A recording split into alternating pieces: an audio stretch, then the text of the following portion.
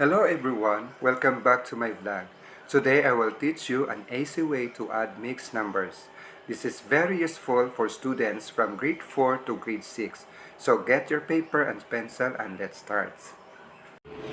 Okay guys, ganito lang po kasimple kung paano tayo mag-add ng mixed number. Una ay titingnan muna natin kung ito ay similar fraction. So ito ay similar dahil pareho ang ating denominator.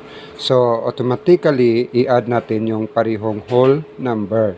So 3 plus 2 is equal to 5, and then ang numerator i-add din natin 1 plus 3 is equal to 4 over 8. So i-copy lang natin ang common denominator. Then, change this fraction into a lowest term. So, i-copy muna natin yung 5. Ito, maghanap tayo ng common number na pwedeng makadivide sa ating numerator at denominator.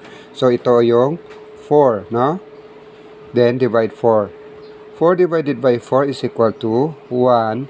And then, 8 divided by 4 is equal to 2. So, the answer is 5 and 1/2. So next, ang ating mixed number, ang kanyang fraction ay dissimilar. So ang una natin gagawin, hanapin natin ang kanyang less common denominator. So i-add muna natin ito, ang whole number, 2 plus 4 is equal to 6. And then ang 1/5 at saka 2/6, hanapin natin ang kanyang common denominator. So ito ang 5, at tapos 6, 5, 10, 15, 20, 25, 30, 35.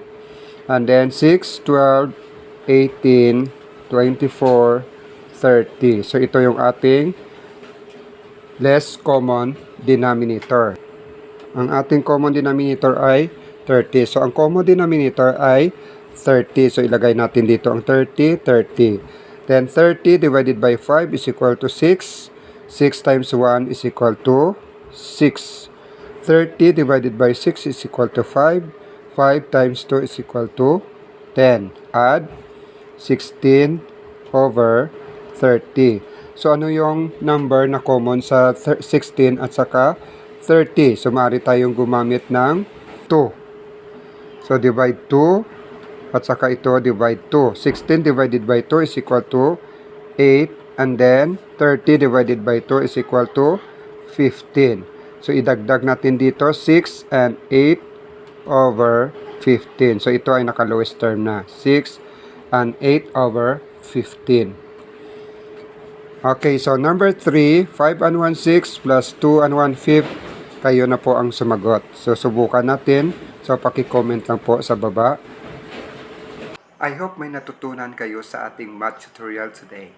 If this helped you, please like, comment your answer, and share this video so more students can learn. See you in my next math tricks vlog.